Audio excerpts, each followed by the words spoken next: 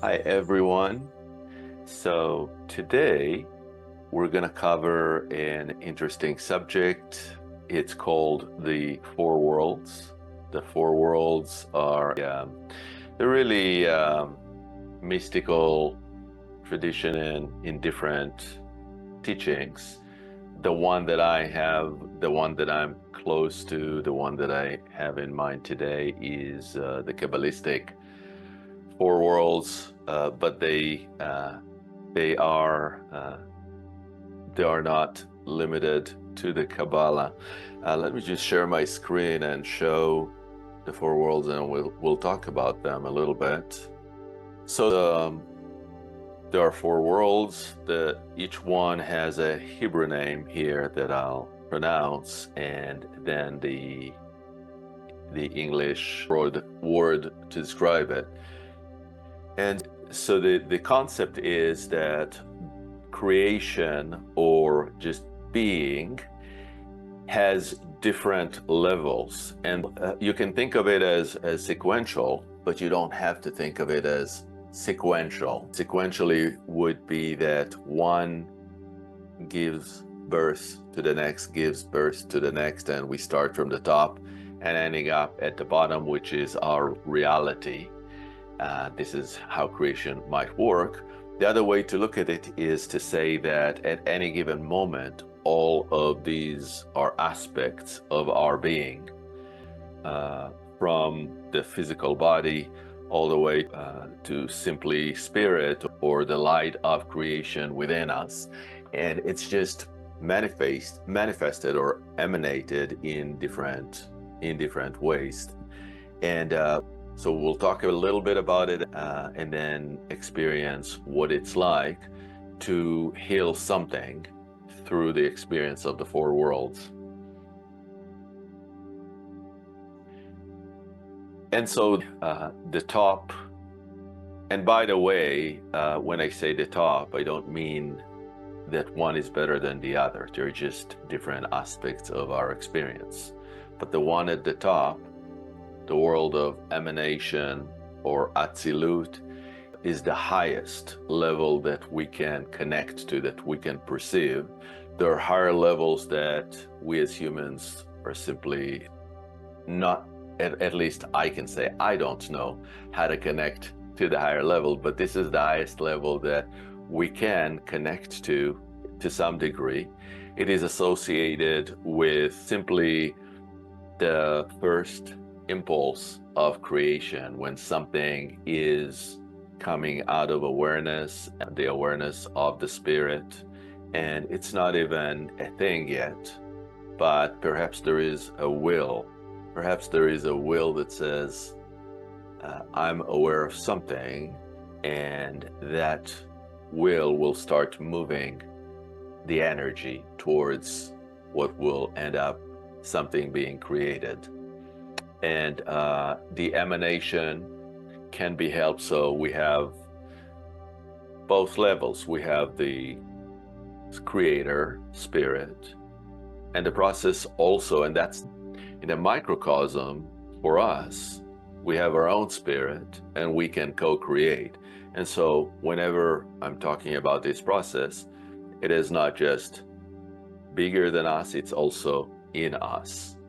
And so there is the divine will, there's also our will, and when they're aligned, we co-create, and our will can be guided. And so a key word for that world, for the world of emanation, is it's a great place to receive guidance so that the will can be directed in ways that are aligned with our purpose. And the next one is called Beria, or creation. And you can imagine this one as a place of ideas, as where you can sense that something is true or something is false for you, where there are things that, where there are perhaps thought forms or constructs that define something in your reality, and it can be good for you or not good for you, and that depends on the truth? Is it true? Is it false? But that's the place of ideations. That's where something is not yet there, and the idea is born and gives whatever the first impulse was more energy. And then the next one is Yetzira or Yetzira, and that's formation. Formation is where something takes form. So it's not complete, but it starts to take form. There is a blueprint. There is in the microcosm of our reality, our body, it might be an intention, a motivation.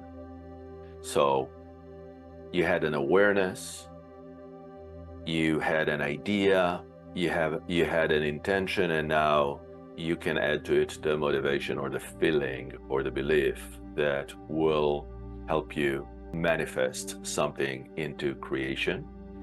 And the lowest one is, and by the way, the formation world is associated, I think a key word to remember here is imagination. So there's a lot of correspondences to different concepts. I think in other esoteric planes of existence that might be similar to the astral plane. And the lowest one is our 3D physical world, where we have our body sensations, where we feel stuck, where we feel good or we feel bad physically, and where stuff is available for us to see, to touch, to smell with our senses.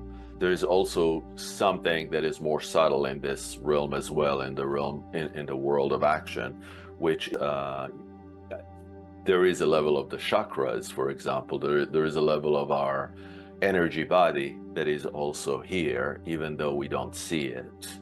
And so you can say, as a person, I'm here in a body, but there's also energy that is helping manage that body, that is not necessarily directly perceivable, but it's also here. And so there are different ways. I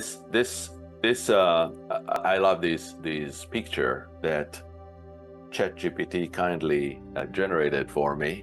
I also see the four worlds as rungs on a ladder, which brings me to an experience that I had when I was being drafted to the military when I was young. And I really wanted to go to a certain place in the military, and so there was a fitness test, and I was not in a good shape. And so I just remember myself getting up and falling and getting up and falling, and I just didn't give up until I passed.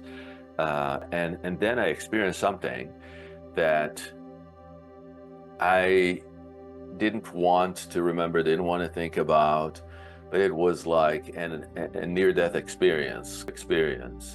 And that was me climbing up and down a ladder, and the ladder was stretching upwards infinitely and stretching downwards infinitely. And I felt trapped, to be honest. And, later I heard many stories about great NDEs, near-death experiences. My experience was actually kind of disturbing and scary. And I believe today that the reason it was is because I was given an opening, I was given a sight before I was ready to receive it. And so the way I saw it was as being stuck in an infinite loop. And today, when I reflect on it, I think that I was literally shown these four worlds in the form of a ladder, and perhaps you can call it Jacob's ladder, for the biblical story that has Jacob sleeping, and then he dreams and he sees in his dream there's this ladder that goes from the earth all the way into the heaven, and there are angels that are going up and down the ladder. And that's exactly was my experience that made me feel trapped, that this up and down and never ending. And the way I can see it when I look at the four worlds, this is simply the process of how you manifest something. And a manifestation of something can start from the will, which is at the top, going all the way to the bottom through ideation, through imagination, through motivation, through feeling, all the way into being embodied in the physicality. And or you have something that you want to heal, and you can take the reverse action, which is what we're gonna do now, which is starting from whatever the symptom is, and you can do it either way, but that's how we'll do it, is start from the symptom and then just moving upwards and maybe see what happens at every different level, at every one of these worlds. And so let's do some experiencing here. And we will use our inner flame, our alchemical flame. So the alchemical flame is the divine spark that is in each one of us, that when we focus on, becomes a flame, and is, you can call it in some level your vital life force, but it is also your connection to the divine. It's your divine aspect that is in you.